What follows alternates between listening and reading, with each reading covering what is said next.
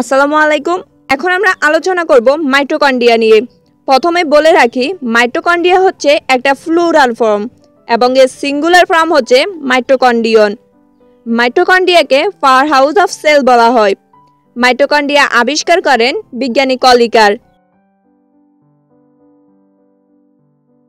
এবং তিনি এটি আবিষ্কার করেন 1857 সালে। বিজ্ঞানী আলবার্ট কলিকার 1857 সালে কোষের ভিতর একটি অঙ্গাণু দেখতে পান, তবে এটা কি এই বিষয়ে তিনি নিশ্চিত ছিলেন না। পরবর্তীতে 1890 সালে মাইটোকন্ড্রিয়া সম্পর্কে সম্পূর্ণরূপে ধারণা দেন রিচার্ড অলম্যান এবং 1898 সালে এর নামকরণ করেন বিজ্ঞানী ব্লেন্ডা।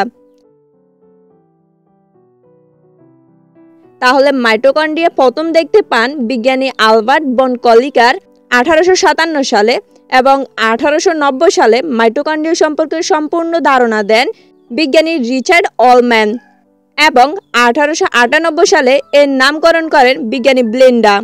মাইটোকন্ড্রিয়ার ডেফিনিশনের ক্ষেত্রে বলা যায়, মাইটোকন্ড্রিয়া আর মেমব্রেনাস এনক্লোজ সাইটোপ্লাজমিক অর্গান, অর্থাৎ মাইটোকন্ড্রিয়া হচ্ছে ঝিল্লি দিয়ে আবদ্ধ একটি cytoplasmic organ which are specialized for aerobic respiration and production of energy, যেটি কোষের বায়বীয় রেসপিরেশন এবং এনার্জি প্রোডাকশনের জন্য বিশেষায়িত।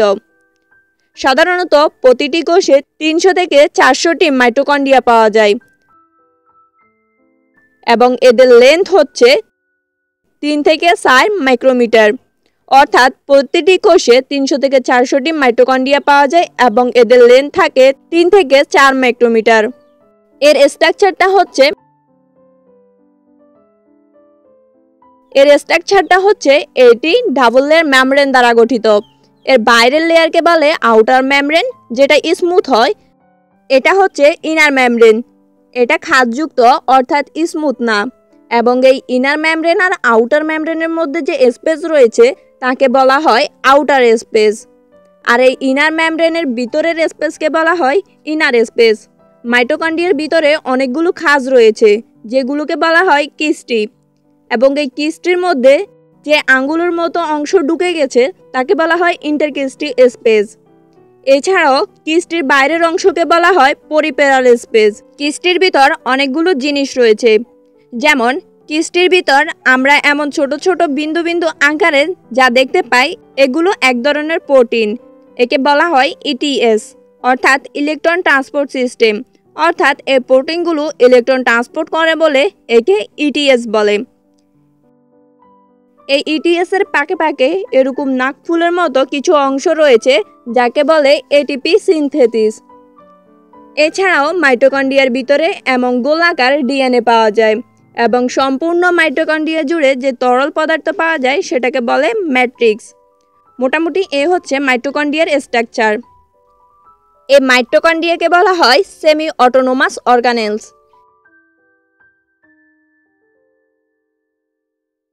এখন কথা হচ্ছে মাইটোকন্ড্রিয়াকে সেমি অটোনোমাস অর্গানেলস কেন বলা হয়।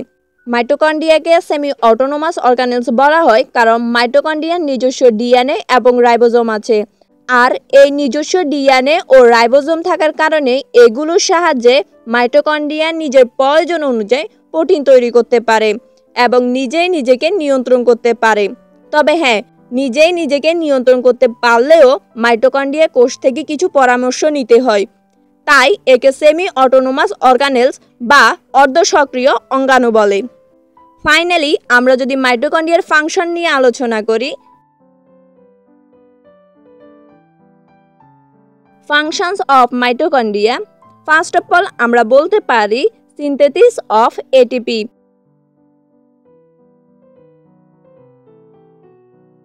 বিষয়টা এমন, মাইটোকন্ড্রিয়া গ্লুকোজ এবং অক্সিজেন ব্যবহার করে এটিপি তৈরি করে, যা শক্তির উৎস।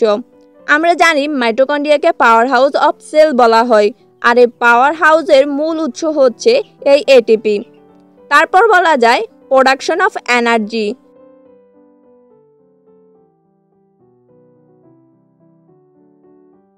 এখন প্রোডাকশন অফ এনার্জি তো আমরা সবাই জানি, মাইটোকন্ড্রিয়া শক্তি উৎপন্ন করে এবং এই শক্তির মূল উৎস হচ্ছে এটিপি। এরপর বলা যেতে পারে অ্যাপ্রোটোসিস। এই অ্যাপ্রোটোসিসটা হচ্ছে কোষের প্রাকৃতিক মৃত্যুর জন্য দায়ী। প্রত্যেকটা জিনিসের যেমন শুরু আছে তেমনি শেষও আছে, মাইটোকন্ড্রিয়ারও একসময় মৃত্যু ঘটে। আর মাইটোকন্ড্রিয়ার যে প্রাকৃতিক মৃত্যু, সেই মৃত্যুটা ঘটে এই অ্যাপ্রোটোসিসের মাধ্যমে।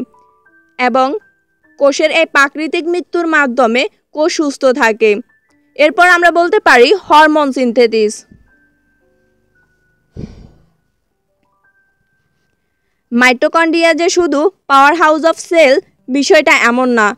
মাইটোকন্ড্রিয়া কোষে কিছু স্টেরয়েড হরমোনও উৎপন্ন করে। তো মোটামুটি এ হচ্ছে মাইটোকন্ড্রিয়া। এছাড়াও নোট করার সময় সাহায্যের জন্য তোমরা আমাদের ওয়েবসাইটে ভিজিট করতে পারো। ওয়েবসাইট লিঙ্কটা ডেসক্রিপশন বক্সে দেওয়া থাকবে। আল্লাহ হাফেজ।